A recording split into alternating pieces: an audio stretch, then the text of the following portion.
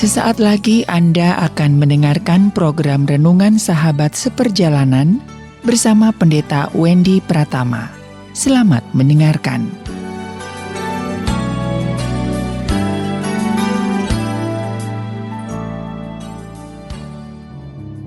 Selamat berjumpa kembali dalam layanan audio Sahabat Seperjalanan. Hari ini adalah hari Sabtu 26 Juni 2021. Tema renungan kita dan saat teduh dengan judul Dicari Dibutuhkan Teladanis.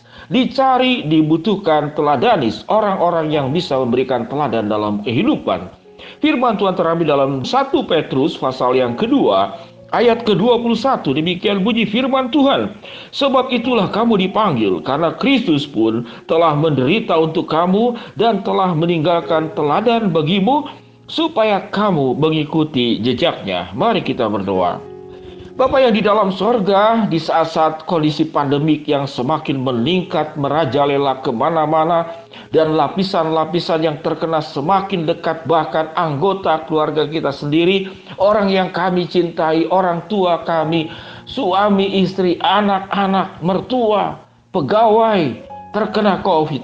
Biarlah ya Tuhan, pada saat ini kami pun mengembangkan sebuah kehidupan yang saling tolong-menolong dan bagaimana menjadi teladan di dalam kehidupan yang sulit ini. Di dalam nama Tuhan Yesus kami berdoa. Amin. Shalom sahabat seperjalanan yang dikasihi Tuhan. Bapak Pendeta memberikan tema Dicari Dibutuhkan Teladanis. Tidak pernah ada istilah teladanis. Namun kalau kita bicara tentang is belakangnya, itu berarti sebuah keahlian. Sebut saja dokter spesialis, artinya yaitu adalah keahlian. Pianis itu ahli bermain piano. Masinis ahli di dalam mesin. Violis berarti dia ahli di dalam bermain biola. Apa yang dimaksud dengan teladanis? Teladanis bagi saya sebutan ini sangat tepat untuk Yesus Kristus yang berkata di dalam 1 Petrus 2 ayat 21, sebab itulah kamu dipanggil, karena Kristus pun telah menderita untuk kamu dan telah meninggalkan teladan bagimu. Inilah yang disebut dengan teladanis, supaya kamu mengikuti jejaknya. Sahabat seperjalanan yang dikasihi Tuhan, ada seorang ibu yang terkena COVID. Lalu kemudian anak-anaknya yang terjadi adalah dua pilihan sikap. Yang pertama adalah sebuah kecintaan kepada ibunya. Yang dipikirkan adalah bagaimana ibunya itu bisa sehat, bisa pulih dari COVID-nya. Maka keteladanan seorang ibu yang sudah kemudian memberikan seluruh kasihnya, cintanya, pengorbanannya, keringatnya, air matanya, waktunya, seluruh hidupnya, itu akan dibalas oleh anaknya dengan mengurus orang tuanya di masa-masa sulit dan terkena COVID-19. Namun sikap kedua adalah bisa sikap yang ahli juga, tapi bukan teladanis, tapi egois. Apa yang dimaksud dengan egois? Karena anaknya banyak saling lempar, sudah mama kamu aja yang urus. Ah jangan, di saya masih ada anak-anak masih kecil, nanti terpapar, kamu saja. Waduh, saya sedang sibuk. Saya sedang ada kerjaan, ini mencari nafkah. Bagaimana saya bisa mengurus mama? Kamu saja, anak yang berikut. Waduh, bagaimana saya? Saya tidak terbiasa mengurus mama. Dan selama ini juga dari kecil, kalian yang lebih diperhatiin oleh mama. Dengan praduga-praduga seperti itu masing-masing punya alasan untuk tidak mau mengurus ibunya yang terkena COVID. Sahabat seperjalanan yang dikasihi Tuhan, kehidupan ini pada akhirnya adalah pilihan. Pilihan akan menjadi orang yang sampai meninggalnya hidup dalam sikap egois, ahli di dalam memikirkan diri sendiri, atau kita menjadi pribadi seperti Yesus yang di dalam surat Petrus dikatakan telah meninggalkan teladan bagimu. Inilah yang disebut dengan teladanis. Kehidupan yang penuh dengan teladan itu adalah sebuah warisan yang sangat luar biasa. Dan Tuhan memanggil kita tidak hanya berbicara tentang hal-hal yang indah, berkat-berkat yang indah untuk diri kita. Di saat-saat pandemi inilah saya banyak mendapatkan kabar-kabar yang sedemikian indah. Di tengah musibah pandemik, ada sahabat seperjalanan yang berkata, sewaktu saya ada di rumah pemulihan punya pemerintah, teman-teman peduli mengirimkan makanan. Ada sahabat seperjalanan yang tatkala terkena COVID, teman-temannya, sahabatnya, saudaranya, pihak gereja mengirimkan minyak, mengirimkan telur. Akhirnya telurnya banyak sekali. Setelah sembuh, akhirnya telurnya pun dibagi-bagikan lagi kepada tetangga-tetangganya. Lalu pada saat-saat seperti itulah dia mengatakan ada satu hal yang membuat takut karena COVID. Namun ada air mata yang dikeluarkan itu merasa bahagia. Karena di masa-masa sulit inilah ada banyak orang-orang yang kemudian membagikan kebaikan, sehingga beratnya penyakit, beratnya masalah hidup, beratnya kesulitan sama masalahnya, namun menjadi ringan tatkala satu dengan yang lain itu mengikuti jejak teladan daripada Kristus yang mau menderita untuk kita semua. Sahabat seperjalanan yang dikasihi Tuhan, kita membutuhkan obat di masa pandemik ini, apapun nama obat COVID-19-nya. Ada divaksin pun macam-macam obatnya. Kita membutuhkan dokter. Kita membutuhkan katakanlah penemuan obat vaksin, kalau bisa yang mencapai sebuah kemampuan untuk menyembuhkan 100%. Dan setelah divaksin, kemudian menetap imunitas itu, tatkala kuman itu, virus itu datang kembali, dalam 2 hari Anda bisa menyelesaikannya. Namun sekarang kenyataannya, yang sudah divaksin pun masih bisa kena.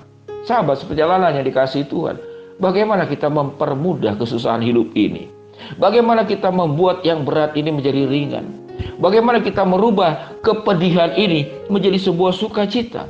Kita saat ini membutuhkan orang-orang yang punya keteladanan di dalam hidupnya, membagikan kasih Kristus, bukan berbicara tentang menolong pribadi orang per orang. Namun inilah perintah Tuhan, bahwa Yesus sudah melakukan teladanis, menderita untuk kita sampai mati di atas kayu salib. Dan perintah daripada firman Tuhan, apa yang dikatakan? Maka supaya kamu mengikuti jejaknya. Jejak siapa? Jejak Kristus yang dalam kehidupannya memberikan teladan, dan saya menyebutnya itu teladanis, untuk kita lakukan. Bahu-membahu saling tolong-menolong. Di antara keluarga, di dalam kesulitan, tidak ada yang sulit tatkala kita bisa sehati, saling tolong-menolong, saling berbagi, saling mendoakan. Sepanjang seminggu ini, peningkatan COVID begitu luar biasa. WhatsApp saya lebih banyak doa-doa yang saya panjatkan buat jemaat, buat sahabat seperjalanan yang terkena COVID-19. Ada yang takut, ada yang bingung cari obat apa. Ini harus isolasi di mana? Rumah cuma satu-satunya. Kalau di rumah nanti terpapar anggota keluarga yang lain. Kalau dipindahkan ke tempat lain, kemana? Ke apartemen, mahal. Buat hidup sehari-hari saja tidak cukup. Mau cari apartemen, belum ke dokter, belum cari obat. Sahabat seperjalanan, berat kehidupan ini. Namun di tengah beratnya kehidupan, tentu ada kita yang jauh lebih leluasa untuk berbagi kebaikan. Anda bisa mem-WhatsApp, Anda bisa menelpon, Anda bisa video call, Anda bisa memberikan kekuatan-kekuatan. Hanya cukup dengan memberikan waktu beberapa saat, memberikan penghiburan. Maka apa yang berat itu menjadi mudah. Tatkala bagaimana? Tatkala kita mencari, dicari, dibutuhkan teladanis. Dan para teladanis ini keluar dari kehidupan yang egois menjadi teladanis. Lalu membagikan berkat. Tidak perlu engkau berkelimpahan, namun engkau punya waktu. Engkau bisa berdoa, engkau bisa berlutut. Engkau bisa menulis kalimat-kalimat pendek penghiburan di media sosial yang Anda miliki, handphone yang Anda miliki.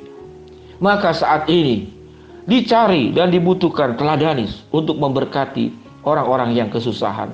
Lewat cara berbagi, lewat karakter, lewat kebaikan, lewat kemurahan hati, lewat apapun juga kita bisa menjadi pengikut Kristus yang mengikuti jejak teladan daripada Kristus sendiri.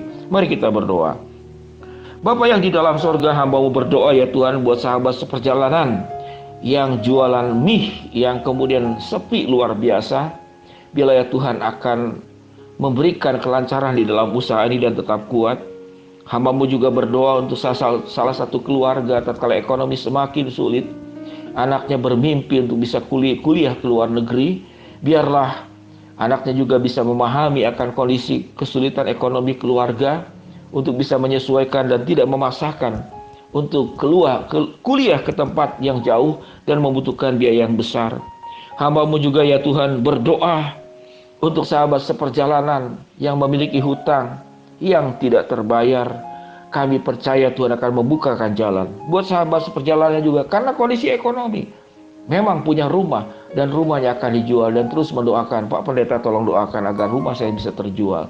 Tuhan juga berkati agar rumahnya bisa terjual dan dapat harga yang cocok. Pada akhirnya hamba-Mu menyerahkan semua sahabat seperjalanan dengan segala kesulitan problem hidup masing-masing. Tuhan menolong, Tuhan menyembuhkan, Tuhan membuka jalan, dan Tuhan memberikan kekuatan di dalam kami menjalani semuanya. Di dalam nama Tuhan Yesus kami berdoa. Amin. Shalom sahabat seperjalanan yang dikasihi Tuhan. Jadilah teladanis dan bukan pribadi yang egois. Tuhan memberkati kita semua. Amin.